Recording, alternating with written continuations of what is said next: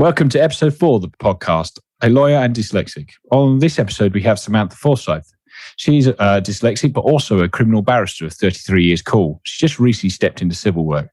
She has quite a wide range of experience in defending people with sex offences, helping defend people with mental health issues, as well as some juicy murder trials by the looks of her profile. She also likes to supervise pupil barristers on their beginning of the barrister journey. So welcome to the podcast. Thank you for having me. It's nice to be here. Excellent. So I thought where we'd start off first is, I understand that you actually found out you were dyslexic quite late on in life. I did. I was only diagnosed formally when my daughter was diagnosed about 5 years ago. I had no idea at that point I was dyslexic. I've always known there were certain things I couldn't do. I cannot tell my left from my right. And that was fun with my driving test. I had it written on my hands. Yes. And I still can't tie shoelaces. And please do not ask me to do my times tables, because if anyone asks me to do 7 times 8, I freeze and just go into a complete meltdown because I can't do it. I'm the same with the timetables. I can't do it. The left and right thing, I remember my watch is on my left hand, so I'm always wearing a watch because I'd get lost. But yes. So you were saying only 5 years ago when your daughter, she's been stamaneted with dyslexia as well then? Yeah, she has. A friend of mine who's a teacher picked it up because she was struggling with her English. She's very articulate, yes, has a wide vocabulary, but she struggles putting things down on paper. She would do anything to avoid doing homework at school, so it was becoming a real battle. So she suggested she might be, and we went to see an educational psychologist who picked up her dyslexia very quickly. But it was quite embarrassing. I was sitting there in the assessment and my daughter was struggling with certain things, and I was sitting there thinking, I can't do that. Oh, sugar, this problem's come from me. Is this a problem? Should I call it a problem? What do I call it? What's the wording for it? And a very, very lovely woman called Dr. Susan Boyd, who's an educational psychologist in Birmingham, offered to do a quick assessment for me there and then and said, yes, you are a classic dyslexic. And up to that point, I'd heard of the term, but didn't really know what it meant. I always knew I was special, but I didn't realise there was a name for my speciality. I imagine that was a big light bulb moment. And you and your daughter have been going through the sort of journey of working out the dyslexic world together then? Absolutely. And it has been. And because I've sat back and looked at things in my life and think, well, I remember when I was 11, my first week at secondary school, I had an awful biology teacher at the front of the class stood up and said, whose book is this? And I sort of sheepishly put my hand up and she flung the book at me and said, I cannot read your writing. Is it 2 spiders copulating on a page? Which was quite shocking, really. Yeah. For an 11-year-old. And she made me stand up and read it out. And I cannot write properly. And my spelling is atrocious. Although, funnily enough, my grammar is quite good. Interesting. Yeah, it is. It's weird. And when I was doing my degree, I had to read out my degree papers, my final degree papers, to the whole of the University of Wales Senate, because they couldn't read them either.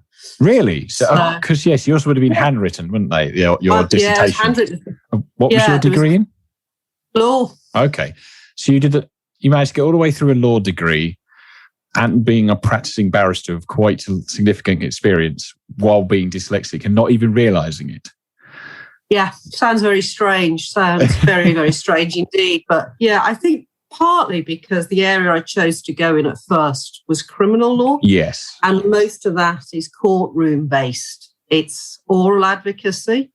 Right. So I'm quite good. One of the reasons I went to do it was sadly a barrister who's now passed away, a guy called Wilbert Harris, said to me once that I had a big gob. He said, you're argumentative and you've got a big gob. Your handwriting's atrocious, but no one cares about that. So I've been carrying on with my big argumentative gob ever since. That's an interesting way of motivating you to take up a life at the bar, is that you are argumentative and like to talk. Absolutely. He was a fascinating bloke. Sadly, he died a couple of weeks ago, but he was one of the first black barristers at the bar. And it was fascinating talking to him about the difficulties that he'd had because of the colour of his skin, which were atrocious. Yes. And constantly, even when he went down to the Court of Appeal, being shown into the dock because people assumed he was a defendant. Yes, that's eye-opening, really. It is terrible, isn't it? Yeah. How things have changed. Absolutely. Now I'm doing civil work, which is quite odd because the stuff I do is personal injury and employer's liability, and it's very much rule-based, procedure-based. And I've had to learn a whole new body of law quite quickly. And I bought a load of books to help me do it and realised that reading them was a bit difficult. Yes. So I started listening. I am very much an oral person in terms of I like to listen to people. I pick up a lot of information that way rather than reading, and I love audiobooks. So I think I'm probably the only person who's listened to the whole of the White Book on an audiobook. Yeah, the White Book is the civil barrister's Bible, isn't it? So it's a great cure for insomnia. If anyone ever has trouble sleeping, CPR Rule 30 will send you to sleep straight away. All right. But it hit me when I was doing a new area of law that, yes, I was dyslexic, and I was having to do things, take myself outside my comfort zone, which was interesting at my age, as I'm over 50. So it really hit me for the first time at that point. So would you think that actually you would have learnt civil law post being stamaneted? Because I guess that's after you and your daughter found out. Did you then find that it helped you knowing when you basically had to relearn a complete new arm of law? It really did, because I think if I'd have gone into it and not known that I was, or my daughter was, and didn't have that experience, I would have really struggled. I'd have just sat here with books trying to absorb the information. And I use coloured overlay and coloured glasses now. Yes, which really help with because sometimes when I'm reading things, I'll drop down onto the next line and I mix up lines sometimes. And I think without knowing that, I might well have given up. It might have been it might have been too difficult to do.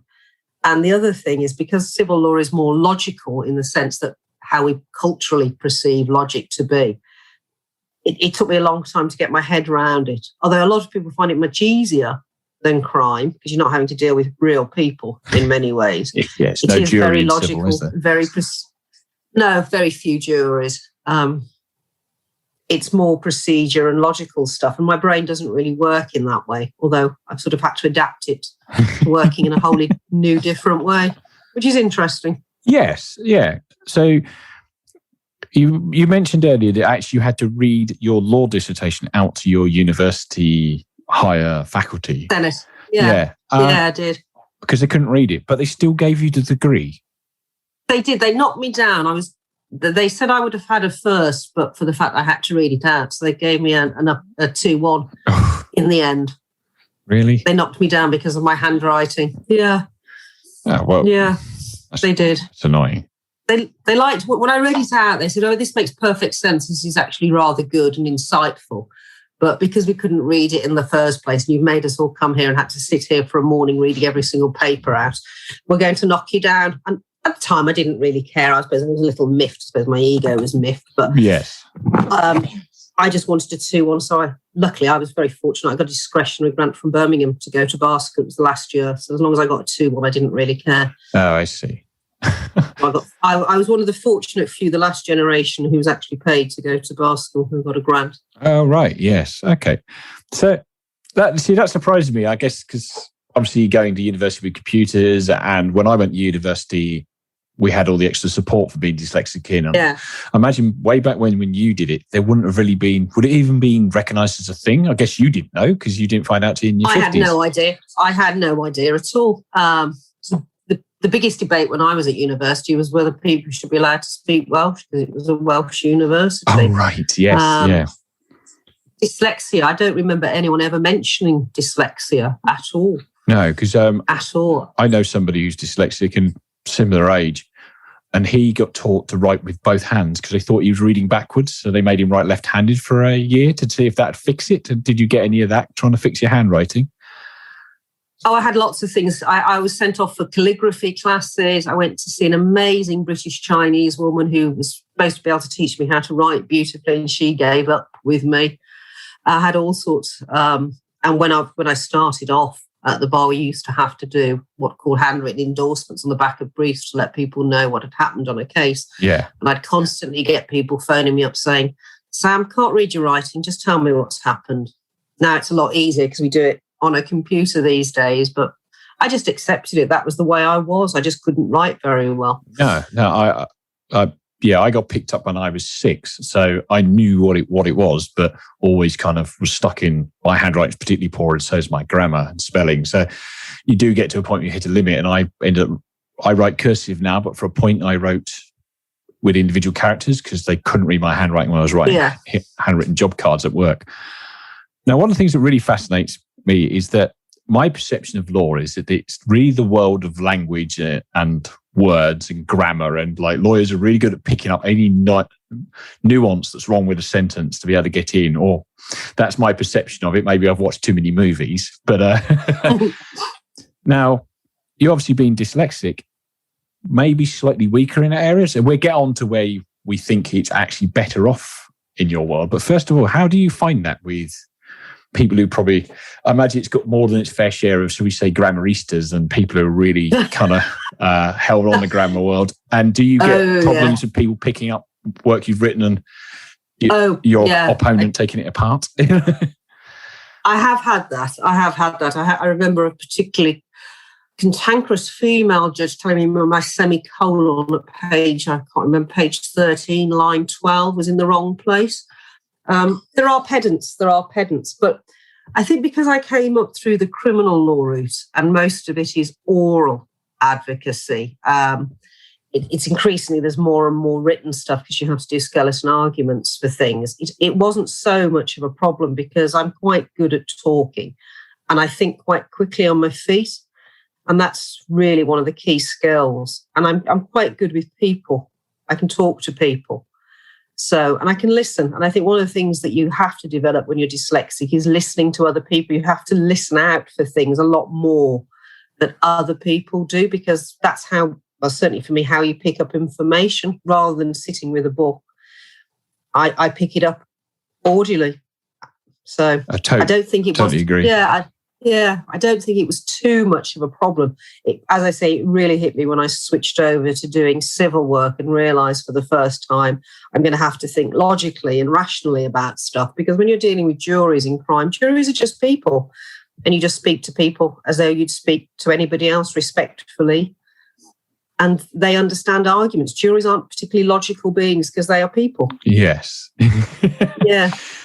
And part of being dyslexic is being quite a dynamic thinker. You tend to be, as you quite rightly pointed, quite good at talking and thinking dynamically, and also thinking in pictures rather than sort of more narratively. So I can imagine actually stood in front of the jury having to talk and paint a picture of it suits how your brain works. Yeah, I think you're right. And I can do a jury speech now. I've been doing it for so long now. I can do it without notes. A lot of people read, but I tend to. Yes. And this is perhaps because it's the type of dyslexia I have. Mine's dysgraphica, which is a particular handwriting and spelling issue. Yes. Yeah, I've got quite a good short-term memory. So although I can't read my own handwriting, once I've got it in my brain, what I'm going to say, I'm very good at just coming out and saying it without looking down at notes and things. And you pick up on cues, but because you do it that way rather than you looking at a note, you can actually watch people, and you can watch people on a jury, and you can work out what's actually going in and what's not going in, and you can tailor it accordingly. You pick up more, I think, on those body cues than perhaps other people would do. Oh, yeah, I see. You've almost downloaded your closing speech, or whatever the technical term is for it, in your head. Yeah, it is closing speech. Yeah. And you've got it downloaded in your brain, ready to go, unlike maybe your opponent who's got it in front of the bullet point, wherever they've got it. And that actually then liberates you to watch the jury and allows you to dynamically on the fly tweak your closing speech as you're doing it. Absolutely, that's a really good way of doing it. You don't get too much feedback from jury. That's one of the nice things about talking to 12 strangers. They don't normally. It's not like talking to your friends who will interject or hassle you and you can banter with, but you can pick up that you can see people's brains starting to whir, and they'll sort of nod maybe, and they'll understand what you're saying, and you're selling a point. And I think some of the best salespeople in the world are people who are dyslexic, because you know how to sell, because we can't rely on written stuff so much. You have to be quite persuasive when you speak. Yes, yeah. You hone the speaking one because the written one is lagging behind it. Yeah, and how many times have we all said, I'll pick up the phone and speak to someone rather than having to sit and write a lengthy email to someone, because that just takes us 3 times as long. Oh, I completely agree. It is that, like, get me to the verbal presentation of my idea and I will sell it to you. But having to write it in an email is tricky. Absolutely. No, and I like that. I like the fact that it gives you an advantage when you're in front of a jury of being able to just kind of read the room and feel it out, which I never really thought of before. I was thinking more of all the written work you have to do. There is a lot of written work you have to do, and you have to do the prep. But when it comes to, say, cross-examining people, you know what the points that you want to get at, but you can read a person better and you can tailor it. And certainly when you're doing a closing speech as well. And let's not forget, sadly, a lot of the people that we deal with in criminal law are dyslexic. Dyslexic are disproportionately represented in the prison population. Yes. I can't remember the last statistics I looked at from the Howard Leaker Penal Law. I think it was something like 50% of people incarcerated, adult men, are dyslexic. Yes, I understand it is quite a high number, and it's such a shame that... It is, because things aren't picked up at school. And I was very fortunate. I never got told at school I was thick or stupid or I was an idiot. But plenty of my friends who are dyslexic had all those unfortunate experiences. They were told they'd never amount to anything because they couldn't write properly, they couldn't read. And it never occurred to the teacher that there might be a different teaching style that could be adapted for them. Exactly. I mean, I kind of had quite a lot of the emotional side of it. It sounds like you might have not quite got as much of it, but you end up getting a load of self-limiting beliefs. And it's such a shame because we can name quite a few dyslexic people who've done quite big things as quite more likely to be an entrepreneur. But unfortunately, as you say, you're in your position, you're more likely to meet them and defend them. Do you ever... I was talking about this on the previous episode, Rebecca, about disclosing whether your clients are dyslexic or not. Have you ever had a situation where they're sort of telling you they can't read things as they're dyslexic, and then as they're barrister, you're like, well, me too. And does that really surprise them and bowl them off their feet? I had that fairly recently in what's called a fast track trial in civil, which is... and it was just a road traffic accident, obviously very, very important to the chap I was representing because he was badly injured, and I gave him his statement to read. And you always have to be very careful with people because some people are illiterate, full stop, and that they're very embarrassed about it. So I noticed he wasn't reading it properly. So I said to him, do you need some help? Would you like me to read it out for you? And he said yes. And then he just sort of threw it across the room and said, I'm never going to be able to do this. I'm dyslexic. And we had a chat about it. And I told him, I said, I'm dyslexic. And he said, well, you can read and write and you're doing your job that you're doing. And I said, that's because I was taught properly. And you can be taught how to read and write. We had a very frank discussion about it. And he was a grown man in his 30s. He worked in a factory. And he was flabbergasted because he said he'd do anything to avoid. He couldn't read a manual, couldn't read an engineering manual. But if someone showed him what to do, he could do the job better than anybody else. And he was stunned that I was doing the job I was doing, being dyslexic. And it was quite interesting talking to him, perhaps breaking down some of those myths and barriers that we have. Yes, I agree. And it's one of the reasons of doing this sort of podcast series is that, I'm a professional engineer and you're a professional barrister. We both hold down quite good positions and quite interesting stuff and are dyslexic. And hopefully people who are listening are wanting to do these kind of roles, and you can actually do it. It's not a limitation at all. Absolutely, you have to play to your strengths. And one of the things I found, certainly from me and watching my daughter, watching friends who are dyslexic, is we're quite good at solving problems. Yes, because we've had so many hurdles and barriers thrown up. We can't do the straightforward running at them and jumping over them. So we tend to go around or over or avoid them completely. So that gives us. We are very good at thinking things different. I hate the phrase thinking outside the box, but I can't think of a better one off the top of my head. But we can think of unusual situations to get round problems, and whether that means take a silly example, a shopping list. A lot of people write a shopping list when they go to the supermarket. That drives me mad. I hate it. So I memorize in my head. I look round. I visualize my kitchen and think, is the bread in the bread bin? Are the baked beans in the cupboard? Do I need meat? Do I need fruit? Whereas my daughter will get out her mobile phone and she will talk to her phone and she will record a list of what she needs on her phone. So she uses the technology because she's that generation which is very au fait with this. So she does it that way rather than get a piece of pen and paper and do a list. Yes.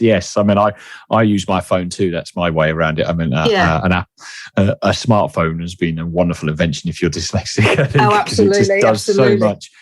Really helps it out. Yeah, that and something like Dragon software. I have Dragon on my. Me too. And it's wonderful. Absolutely wonderful. It saves me so much time and helps me. But yeah, I often, if it's a very quick email, I'll speak the email rather than write it. Do you find you speak some of your submissions and arguments in court? So actually you've written, like you're saying about skeleton argument, which is something you submit to court before the event. Yeah. If you've spoken a skeleton argument, you've already rehearsed You've already done it. So, You have. And you can say to yourself, actually, with the hindsight, that sounds actually really quite weak. Maybe I'll rephrase that in a different way. Maybe that's not my best point. I won't concentrate so much on that. So yes, you do. When I was at bar school, one of the things we were encouraged to do was to stand in front of a full-length mirror and just watch ourselves doing it. And with wig and gown on? With a wig and gown on, which is ridiculous. You're standing in your bedroom. You're a spotty 20-year-old. You've been asked to do these things, and your mates are coming in because you're in a shared house and they're laughing at you. But it was actually really quite useful for me because I could hear myself saying these things. And my brain was going, actually, that sounds quite good. That doesn't sound so good. So I was reformulating it in my head as I spoke. So it was quite useful. But technology has made life so much easier, certainly in terms of doing lengthy advices and also looking stuff up as well. Yes. The internet's a great tool for looking things up. Like I was talking about the white book. The white book goes to about 2,500 pages, but you can now look it up online and you can hit there's an audio function. You can hit the speaker button and it will speak it out to you, which is great. Not so you can't do it in court. But if you're sitting in a corridor afterwards, you can. Yes, it headphones really on in court. Hang on, Judge. Absolutely. You might be able to get away with that on a remote hearing, thinking about it. I've never tried it, but I wouldn't like to. Because obviously we're out now in a pandemic world. We're doing a lot of things remotely. And people like you're sitting here with headphones on. You might be able to do it. I'm not tech savvy enough to do it, so it's a bit embarrassing. But my daughter probably would be able to. She finds lots of ways. When you switched to civil work, having to relearn stuff, you actually had a bit of a look into how modern technology would help you learn things, as you basically had to relearn another arm of law. Absolutely. I did basically 3 months pupillage again, and I had to go and follow people around and watch them. And I did, and it was a whole new world. That's when I discovered Dragon. And that, I have to say, it's probably the best money I've spent in years, quite frankly. It saves me so much. I then also discovering with the smartphone I use an Apple, other phones are available, of course. Of course. Being able just to be able to sit and dictate a fairly basic email and sketch out, being able to dictate a fairly, for now, quite complicated skeleton arguments. Now I've got the hand on doing the technology, and it saves me so much time. It's liberating as well. Yes. Do you use text-to-speech software to read the skeleton back to you after you've written it for proofreading? Yeah, I do. Yeah, I do. And that really helps with spelling as well, because my spelling is interesting, shall we say. Oh, yeah. Yes. I know that one. Yeah. Because how are you finding... obviously, you must have to get that squeaky clean before it goes into court and in front of the judge.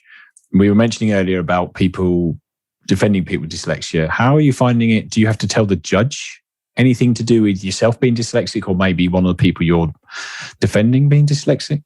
It's only ever with me come up once. I was reading out a statement that when I was doing criminal trial, I was prosecuting, I was a junior in a murder, And my job was to read out some statements to the jury, statements that had been agreed to save people, witnesses coming to court. And one of them was some quite complicated medical evidence, and I couldn't pronounce some of the medical terms. And I remember getting in my car and driving to a friend of mine, banging on their door, who was a doctor, saying, "You've got to help me," and presenting her with this statement and saying, "Can you read these words out to me?" And she just stood there and went, "You what? What do you mean you can't read it? It's obvious what it means." I said, "I can't do it." And she tried to break it down phonetically for me.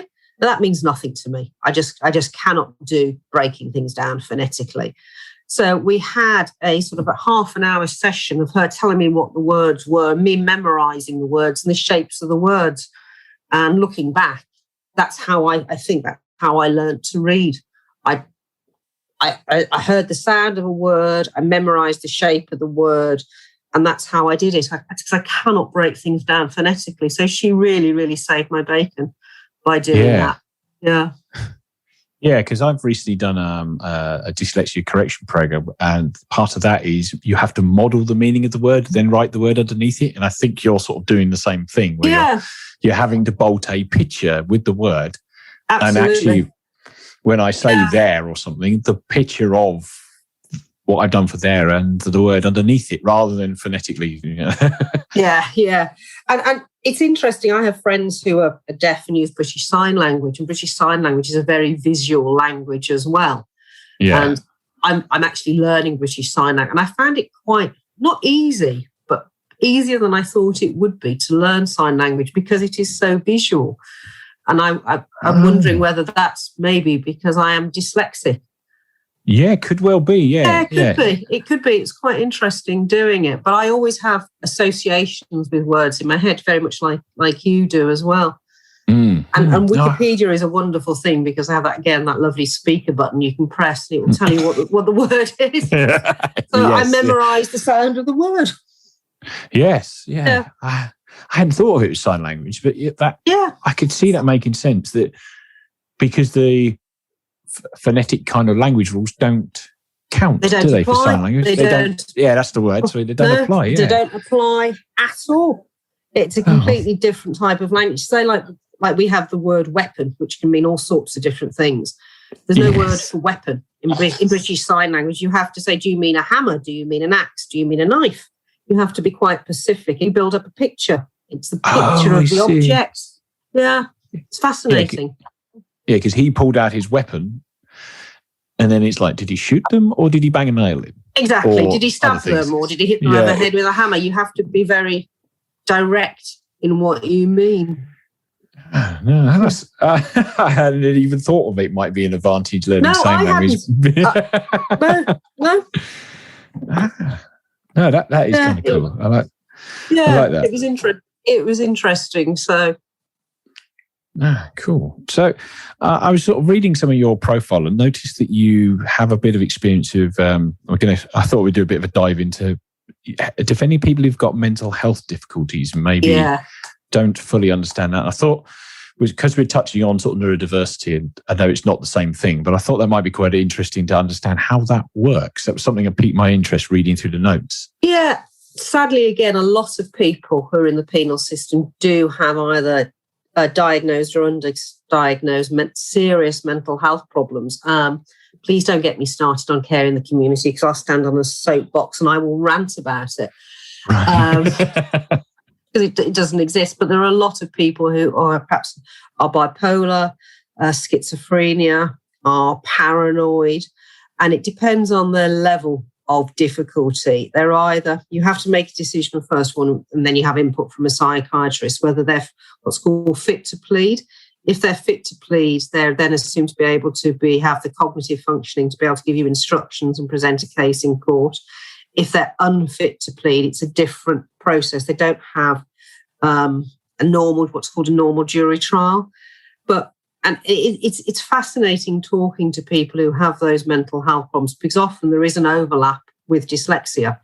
Okay. There is. And a lot of it is down to, again, poor schooling, poor education, perhaps not having the best starts in life.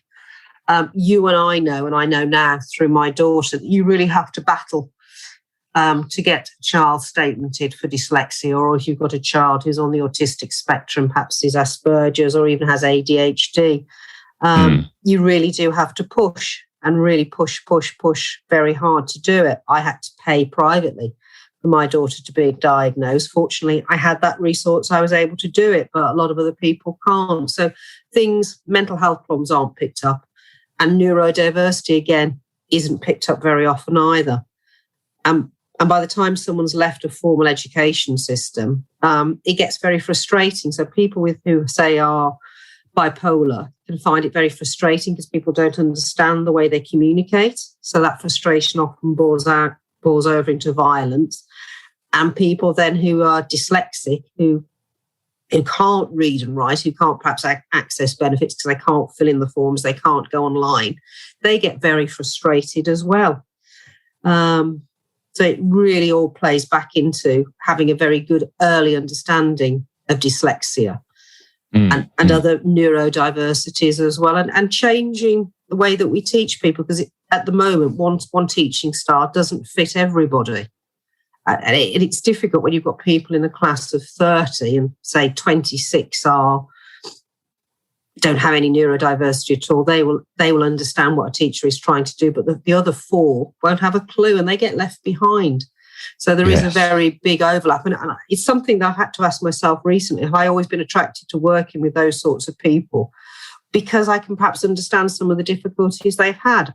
I don't know the answer to that, but it has been a feature of my career ever since I started, that I have represented a lot of people who are either neurodiverse, have mental health problems, or are somehow other disadvantaged in some other ways.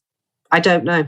I don't know whether I've been attracted to them or they've been attracted to me. I simply don't know. Or maybe I just had a greater level of understanding, even though I didn't know myself I was dyslexic. I had some insight into their world. I really don't know the answer to that one. But it is interesting. Yeah, I hadn't thought of it in that way, of the crossover, because we touched on the prison population with dyslexics, and then what was it, bipolar you were saying, and I think it's a level of frustration, and I see it. Perhaps I've seen it more now with my daughter. Although she's at a very good school and they help her. How old is your daughter? Sorry, she's 14 now. Okay, so she's in her GCSE years and she's able to access a computer, and she can hopefully use a computer next year for her examinations. But I see just how frustrated she gets sometimes. And I just imagine, say she was 14 and no one had picked it up, and she was just left in a classroom and someone just thought, well, you're always going to be illiterate because you're lazy, because you're stupid. And how angry that would make somebody feel. And I think it is frustration because people don't understand. Well, and also, I don't know if you've referred to it as being the gift of dyslexic, is because there are actually quite a lot of upsides to it. There are. And it's the school system, unfortunately, is not the place the upsides shine. And then you can end up with a bit of an emotional kind of attachment to it.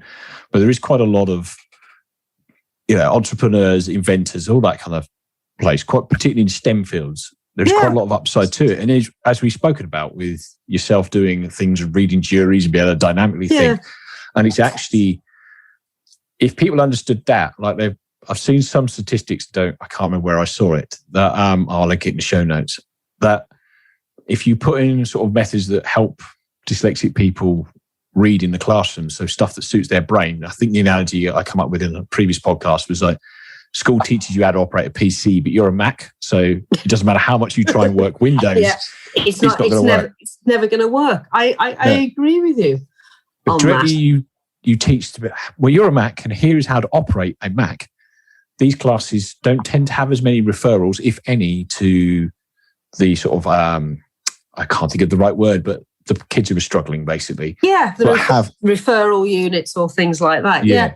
And I think a lot of dyslexic kids drop out of school as well. But with the right support and the right encouragement, people can shine. And I wish we'd all get away from this idea that dyslexia has got anything to do with intelligence. It's got nothing whatsoever to do with nothing at all. Nothing at all to do with statistically more likely to be more intelligent, actually. Absolutely. Einstein was dyslexic. I love that one. Einstein was. Newton, Steve Jobs. Yeah, we could go on. Lewis Hamilton. Yeah. And the other thing that I can do, and it's something someone pointed out to me because I didn't realise I could do it. We pluck information and we can make links from seemingly unconnected subjects and topics as well. Yeah, dynamic reasoning. Yes. Is that what it's called? It's just called wittering on generally. Yeah. Well, I explained that to somebody. It's dynamic reasoning. There's a book apparently about it I need to read, but it's right. Yeah, it's the dynamic thinkers being able to kind of put that together and pull things in, rather than somebody who's non-dyslexic doesn't quite think like that. So it's providing alternative solutions. We're not tramline thinkers. I think we think in different directions. My brain doesn't go from A, B, C down to Z. It starts at F and then maybe goes to Y and then goes back to B. Yes, and then you like come out with this left field like, have you tried this? And absolutely, like, yeah. No, I hadn't even thought of that. Yeah. No, it's good fun, and that's the nice thing. It's something I've discovered in the last 5 or 6 months since I've been running my website on the side. It's that, wow, all of this cool stuff that you just didn't realize you could do, rather than feeling like the guy who can't spell or uses the same there for every sentence, no respect of the context. It's like, wow, I didn't realize my brain could do this, and it could do this, and it could do this. It actually helps me with this, and I can learn stuff faster. But once you've got the right learning style plugged in, you're away with the races. But absolutely. And the transformation is absolutely amazing. Going back to the guy, it was only a few weeks ago, the guy I represented in a civil trial, I gave him some resources. We found some websites together and he took some screenshots of stuff. And he got in touch with me about a week or so ago, and he's enrolled on an online program and he's starting to begin to read. Oh, brilliant. The age of 35. I had a phone call from him just out of the blue. And it was lovely. He said, "You won't remember me." And I remembered his voice. And I said, "Yes, I do. And I thought he was going to have a moan about the case. And he wasn't. Instinctively, a lawyer being defensive. And he said, "No, thank you for helping me, because now I've started to learn to read." Wow. Which is absolutely amazing. Yeah, he's brilliant. Yes. Yeah, I was really pleased about that. Yeah. But we have to celebrate the differences. And we wouldn't have had this conversation 200 years ago, because not everybody could read or write 200 years ago. It was only the nobility or the clergy that did. So dyslexia wasn't an issue. It wasn't an issue. It's only become an issue because of the Victorian way we educate kids. Yes. I read a book recently called The Gift of Dyslexia, and it refers to dyslexia as the term you are given when the school system gets hold of you and realizes that you don't fit into their kind of thing. It's the emotional stuff of it. It's a fascinating take on it. The triangles trying to go into the square cogs. Yeah, we just don't fit. Yes. Yeah, it doesn't work at all. But no, that's impressive. Like, the more, because I can't spot other dyslexic people in the wild without them telling me they are, and it's fascinating. I can now. Can you? Yeah, I think because I had so many years doing criminal, because you have to ask people to read stuff. Of course, yes. You either have someone who is illiterate, who's never, or they're illiterate because they're dyslexic. So you pick up, and I always ask people now, "Are you dyslexic?" And they go, "I'm not sure, but I think I might be." They might have mentioned it to me at school. So I can start with people I represent. I've started to have more clues. And a lot of my friends are dyslexic, and I don't know whether that's because we all, I don't know, that horrible old expression, birds of a feather flock together. But quite a lot of mine aren't. So yeah, no, quite a few of mine. My daughter's godmother is dyslexic, and she's an intellectual property lawyer. Oh, wow. She is utterly amazing. And she has this very proud boast that throughout the whole of her career, she has never written a report in her life, because she's always used either a dictaphone or a secretary to do her writing. She doesn't write anything because she can't. That's her way of getting around it, but it's her way of mitigating it. Yeah, absolutely. Oh, wow. Yeah. I did ask her before we started this. I said, "Would you mind if I mention that?" And she said, "No, not at all." No. Well, why not? Because that was one of the questions I got written down is like, any advice for sort of young potential lawyers who are dyslexic and are worried that that's going to be a problem when they get into practice? I think it's a lot easier now than it was. It's hard for me to answer that in many ways because I came to my diagnosis so late. But because I came through it late, it's perfectly possible because I'm here to show that you can be dyslexic and a lawyer. And there are plenty of dyslexic and or other forms of neurodiversity lawyers around. There are many lawyers who are on the autistic spectrum. Many. There are some I know who have ADHD. It's perfectly possible. I'm not going to lie and say it will be easy because it's not in any professional field. I think the harder question is, and this is a very personal question, is whether you disclose it or not. And that's a much harder decision. I think the technology is there to assist you so you can do a perfectly good job. If you've got the intellectual capacity, you can do a perfectly good job. It's whether you wish to tell people or not. And that's a much harder decision. And that's probably a different podcast altogether. Yeah. Yes, it probably is actually, because that could be ours. It's interesting when I've been on various neurodiversity stuff and it's like the question always comes up, do you tell people? Do you tell people? Not? I think it's a very personal choice. I make no secret of it now. I don't, apart from today, I don't broadcast it generally. But you're going to broadcast it to whoever I can get this in front of. Yeah. That will be a huge audience, Matthew. A huge audience. Absolutely enormous. But I've been a pupil supervisor, what used to be called a pupil mistress, pupil master. So I've had someone following me around for 12 months doing the sort of apprenticeship part of the job. Yes. Once you've got your law degree and you've been to bar school, you have to do 12 months of pupillage. So you're basically following someone around. Yeah, and I've had people who have been dyslexic and have said to me, I'm going to tell you I'm dyslexic as though it's some sort of big, guilty, bad secret. And I've gone, okay, well, that makes two of us. That's fine. And they've been pleasantly surprised. I don't think people care as long as you can do the job is the answer. Exactly. And I imagine the relief that washes over their face as they've awkwardly spilled this out of their mouth. Absolutely. There are there are many other problems at the moment, but being dyslexic isn't one. You can be a very, very good legal profession, whichever side of the profession you want to go on, whether you want to, and if you're a barrister, whether you're going to a private or public service, it should make very little difference these days. That's not to say there isn't stigma. There are still some dinosaurs out there who think, dyslexic means stupid, but they're few and far between. And like the dinosaurs, they're dying out. So, yes, they're going to get hit by a comet at some point anyway. Absolutely. Yeah. But I think the biggest tip is just to utilise the technology. I wish I'd discovered Dragon, other speech to writing software years and years ago to save me hours of work. Yes, definitely. I do think utilising technology is very important, and knowing it's there. Like, what have I got? 24 hacks on the website at the minute, and people still send me like, I didn't know there was a dyslexic friendly font, and they're like, absolutely, yeah. It's very, very, very, very useful. The P's are longer, the B's are longer, and the D's, the upstrokes are much better. And I haven't got them with me. I use what they look like sunglasses, and I've actually worn them in course. But they are coloured glasses that have. I have plastic sheets that I put over my computer.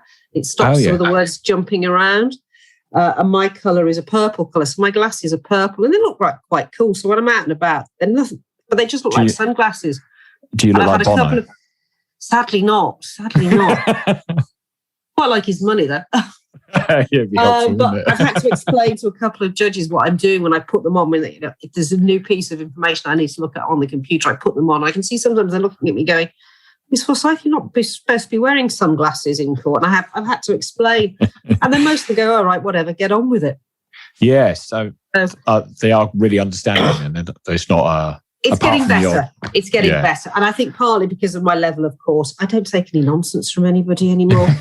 Life's too short. I've been there, done it. I don't want to have these battles. So So, yeah, it's just harder when you're starting off because you don't want to upset people and you don't want to stand out. I've just got to that stage now where they've got over the fact I'm female at the bar. They've got over the fact that, I've got a daughter at the bar, so they can cope with me being dyslexic as well.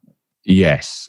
So if it was somebody young on pupillage and they did the similar thing with the glasses, how would they kind of approach it? Because obviously, as you say, you're thick skin and heavily experienced. I think you have to set out the groundwork. And just like you'd say, tip off a bunch of magistrates or a judge if there was a particularly sensitive case. Say some of the awful cases we have to deal with. Say a driving case where someone has been killed. They're always particularly sensitive, and very often the victims' families come to court.